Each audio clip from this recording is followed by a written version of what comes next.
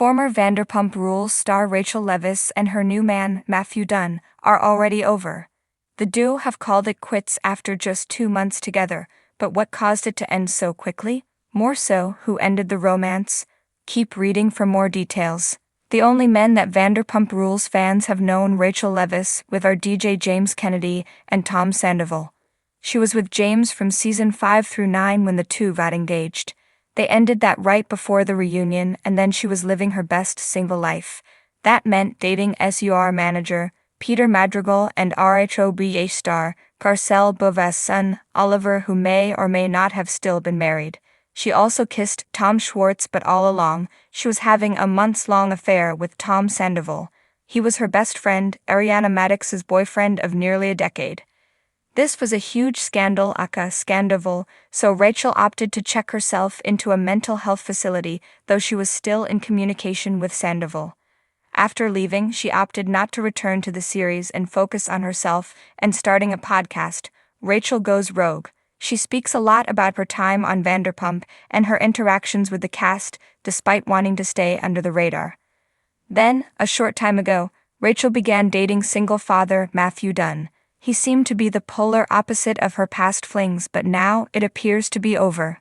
According to The Sun, Rachel Leviss chose to end the relationship for a very specific reason.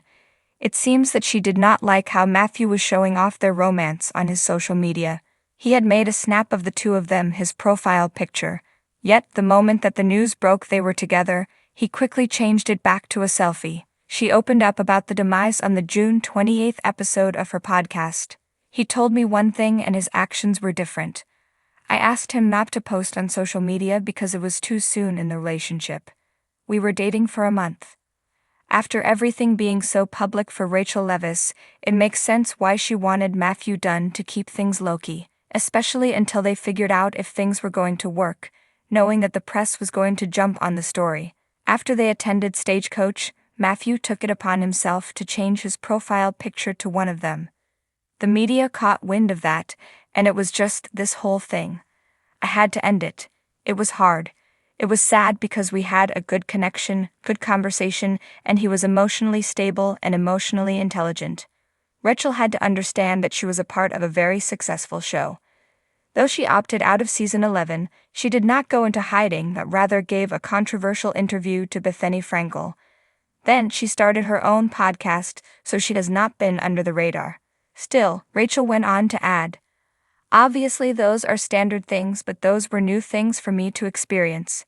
It just seemed like maybe he either had an impulse control issue because we agreed not to do that, or he wanted to post to, like, show me off.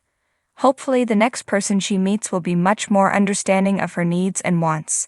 Until then, Rachel will just have to keep the search going." Do you think it makes sense why Rachel broke up with Matthew, or did she expect too much from him? Let us know in the comments below.